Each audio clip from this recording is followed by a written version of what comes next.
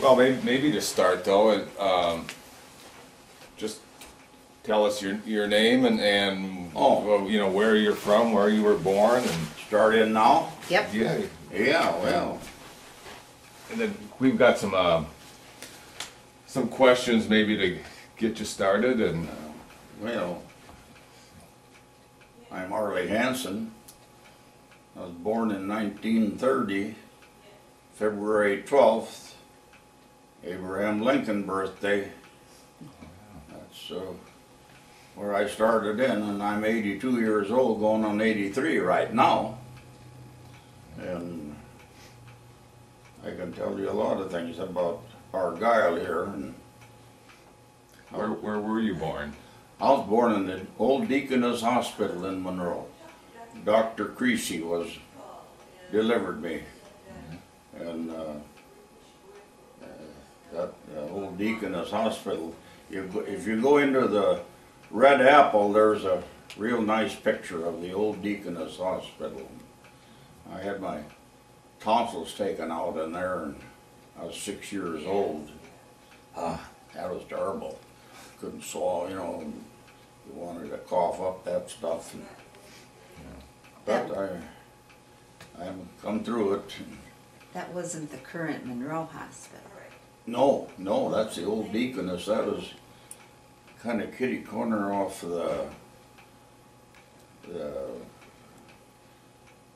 be the northeast of the square there. Oh. Yeah. You don't remember when they tore that down? I couldn't tell you.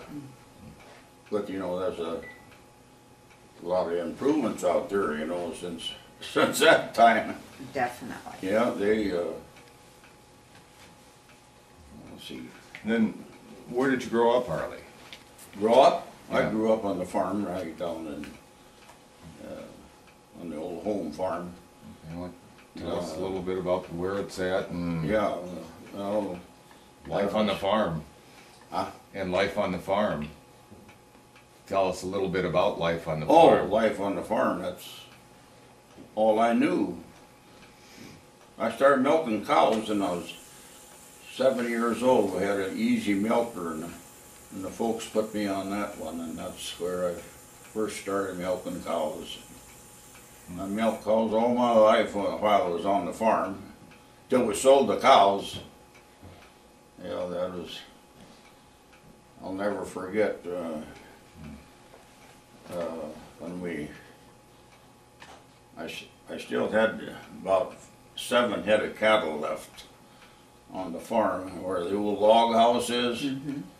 And when that load of cattle went out, I stood there and I bawled like a baby. I was done. Well, you get attached to the animals. Oh gosh, I love my cows and my animals.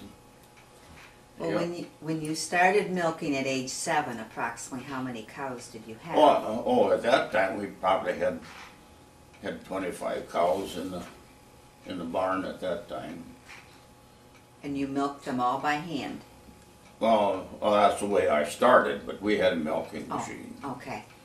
We run the milking machine with a gas engine, a 32-volt generator. And I used to go down and flip the switch on that. It had glass batteries in the light plant house there, and that furnished electricity to start the generator. Well, we always had electricity on the farm, but when we got 1938, REA come in, and then we just updated it to 110 and 220. So. Did you have to get new equipment when it went from the 32 volt up to 110?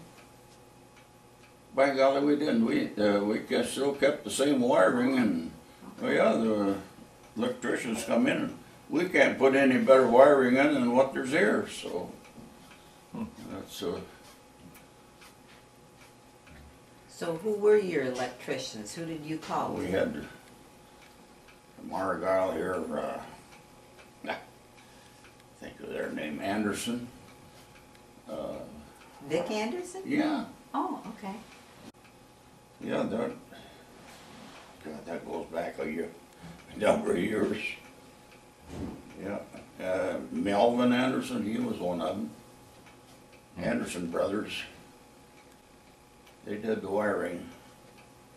So what was a day on the farm like? You know, maybe tell us what you did from morning till Well, just.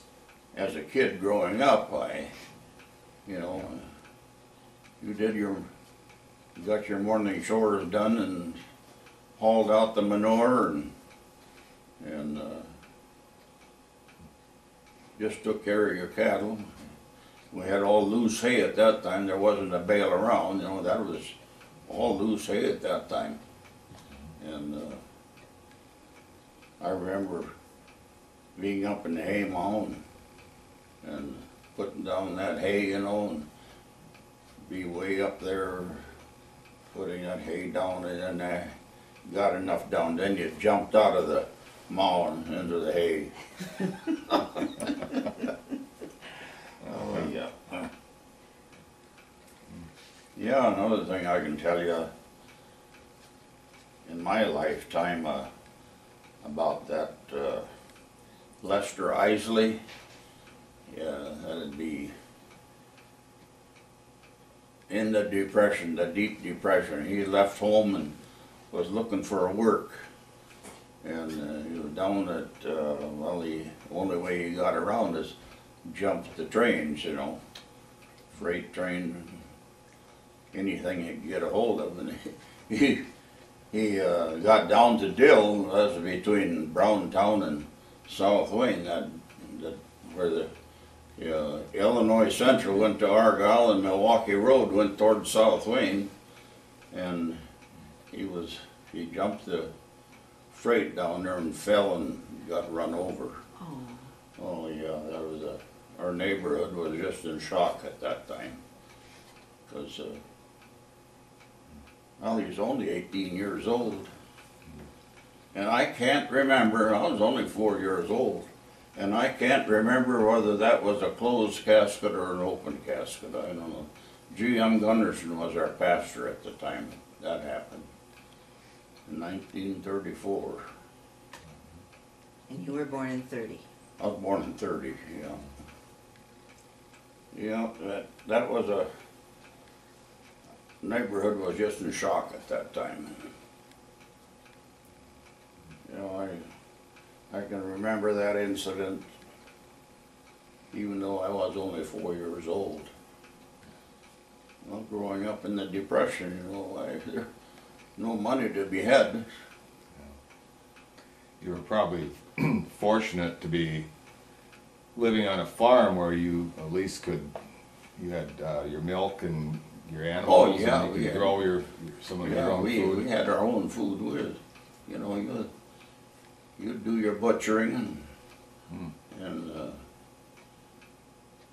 we made bologna and hung it up in the attic to dry, and then dried bologna, we called it spicapulsa in Norwegian, And then you had dried beef too, you hang that up. And, that was good.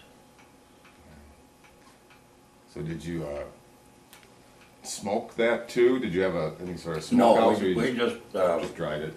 in brine. Right. Brine my mother would make up a salt brine, and that's the way you had it in a big crock, Mm-hmm. Oh, I gotta get moved up here. But that, that was good stuff. And, what else can I tell you? Can I go back to the loose hay? So how was that gathered out in the field? We had a hay loader. Hay loader. Basket hay rack, Okay.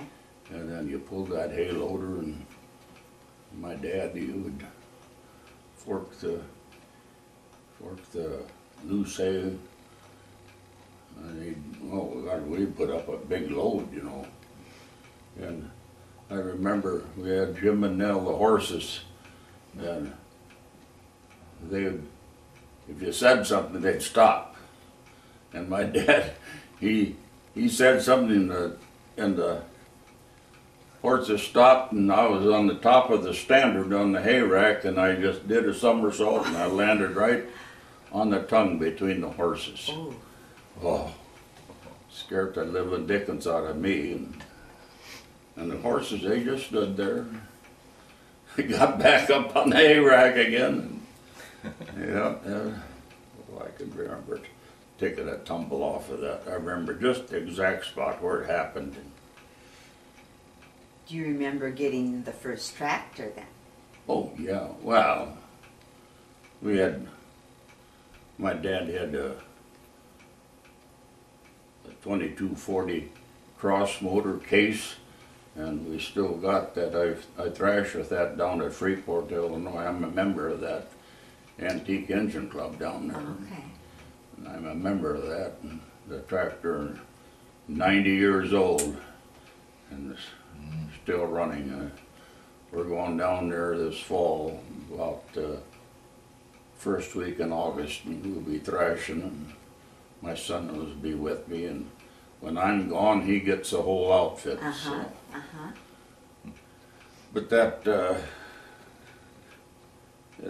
thrashing machine is very unique. It's got don't have a straw blower on it. It's got a stacker on it, slatted stacker, and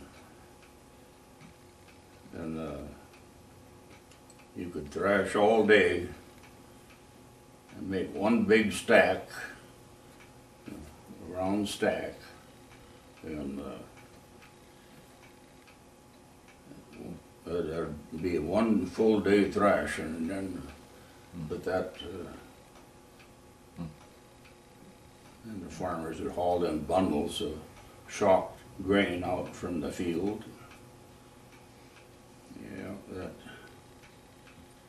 we still got that outfit. We put on quite a show down at Freeport down there, and one guy come around and he said, "I got all kinds of money," and he said, I want to give you $50 or so for putting on this show with your thrashing machine today." And I said, "I can't take that."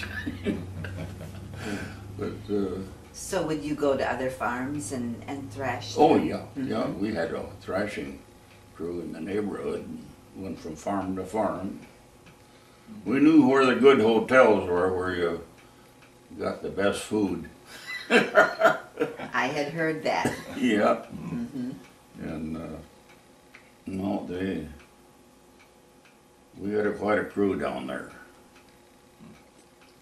Yeah, and my dad, he'd thrash. They'd stack the grain, they stack the bundles, and